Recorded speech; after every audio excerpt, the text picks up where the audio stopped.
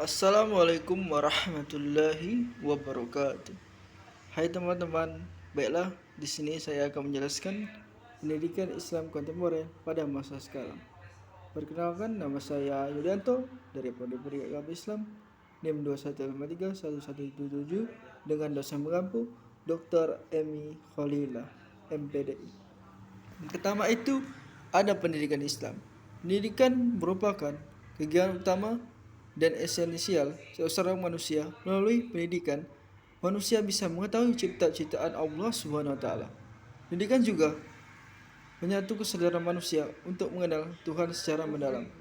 Begitu juga dengan dirinya, sehingga pendidikan yang baik akan menghasilkan dan output dan input yang diharapkan, yaitu memanfaatkan intelektual kualitasnya bagi semua orang di segala segi kehidupannya. Saat ini dibutuhkan sebuah konsep pendidikan Islam yang mandiri dan seragam dan tidak selalu mengiblat ke barat. Maksudnya tidak mengikuti budaya barat. Karena konsep pendidikan barat cenderung materialisme dan menyebabkan pertumbuhan dan perkembangan manusia tanpa keseimbangan aspek lahirnya dan batinnya. Menurut Yusuf Al-Qaradawi, pengertian pendidikan Islam adalah pendidikan manusia seluruhnya, akal dan hatinya, rohani dan jasmaninya, akhlak dan terampilnya. Karena itu, pendidikan Islam menyiapkan manusia untuk hidup baik dalam keadaan damai maupun perang, dan menyiapkannya untuk menghadapi masyarakat dengan segala kebaikan dan kesejahteraan manis dan pahitnya. Selanjutnya itu B. Kondisikan pendidikan Islam masa kini. Kita lihat pendidikan masa Islam sekarang. Pentingnya pendidikan bawah kita semakin disadari. Pendidikan Islam harus bisa menyesuaikan dengan perkembangan dan tuntunan zaman.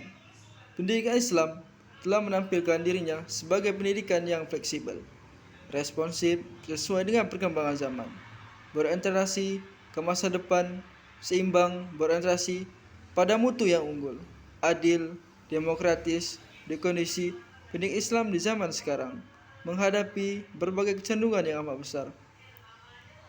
Menurut Daniel Bell, seperti yang dikutip Abdul Natta, bahwa di era globalisasi, kehidupan dunia ditandai oleh 5 kecenderungan sebagai berikut. Yang pertama, kecenderungan integrasi ekonomi yang menyebabkan terjadinya persaingan bebas dalam dunia pendidikan. Karena menurut mereka, dunia pendidikan juga termasuk diperdagangkan. Maka dunia pendidikan saat ini juga dihadapkan pada logika bisnis, namis, dan seterusnya.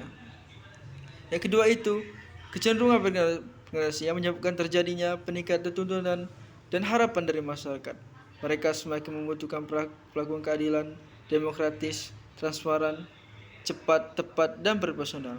Yang ketiga itu, kecenderungan penggunaan teknologi canggih. Kita lihat semakin berkembangnya zaman, maka semakin pula banyak teknologi canggih, khususnya teknologi komunikasi dan informasi, atau kita kenal dengan TKI. Kehadiran TKI menyebabkan terjadinya tuntutan dari masyarakat untuk mendapatkan pelayanan yang cepat, transparan, tidak dibatasi waktu dan tempat.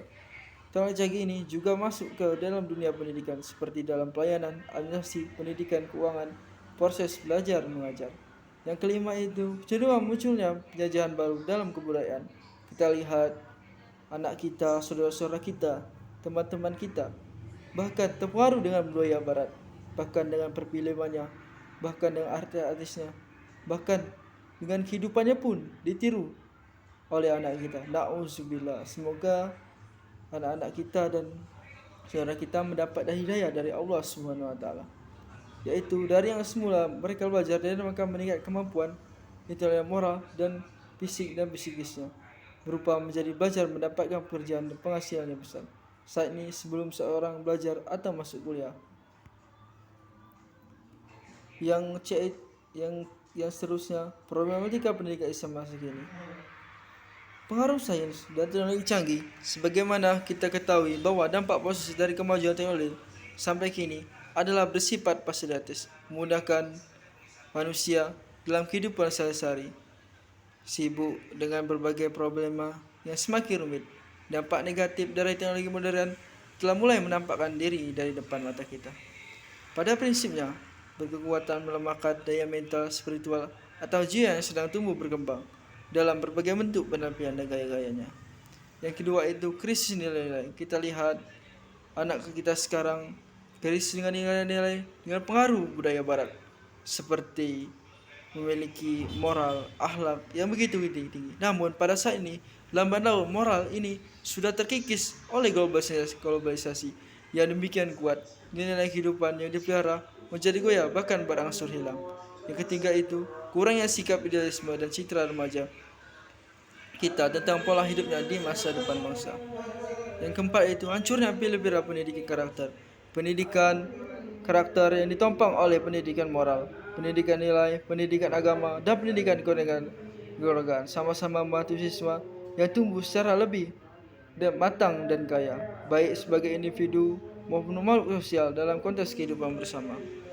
Yang selanjutnya itu tantangan pendidikan Islam masa yang akan datang.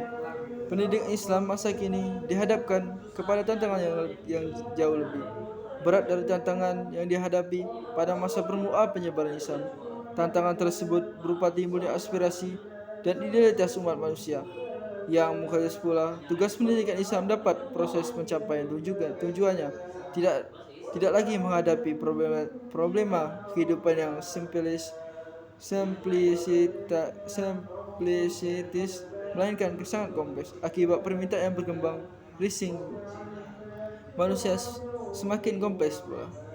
Hidup kejiwaannya semakin tidak mudah. Jiwa manusia diberi napas yang lemah. Dalam menghadapi kemajuan IKTEP, dunia pesantren melakukan inovasi kurikulum kelembangan pendidikannya mulai dari yang mencorak tafaruk fa'aladin sistem salafiyah hingga pada madrasah diniyah berasa sebagai sekolah umum yang berciri khas agama, sekolah kejujuran hingga universitas. Berbagai inovasi ini sudah ada di dalam dunia pesantren. Dengan adanya program dengan itu, maka lulusan pesantren ini kini tidak hanya menguasai agama saja, tapi juga ilmu modern, kekuasaan dan lebih modern. Yang kedua itu dalam menghadapi budaya barat.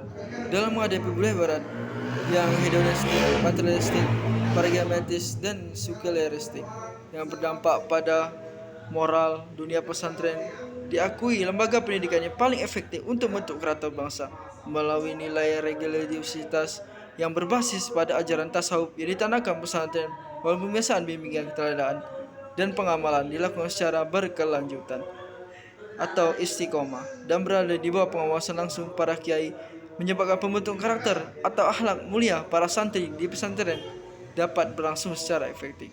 Yang ketiga, dalam pengembangan ilmu agama, pesantren senantiasa menjadi tumpuan masyarakat untuk memperoleh jawaban atas sebagai masalah yang mereka hadapi dalam kaitannya dengan ajaran agama. Seiring dengan kemajuan ilmu, pengetahuan dan teknologi, terutama komunikasi dan banyak permasalahan yang tumbuh di masyarakat dunia pesantren dengan tokoh utamanya kiai harus memberikan jawaban respons yang cepat dan tepat dan tuntas.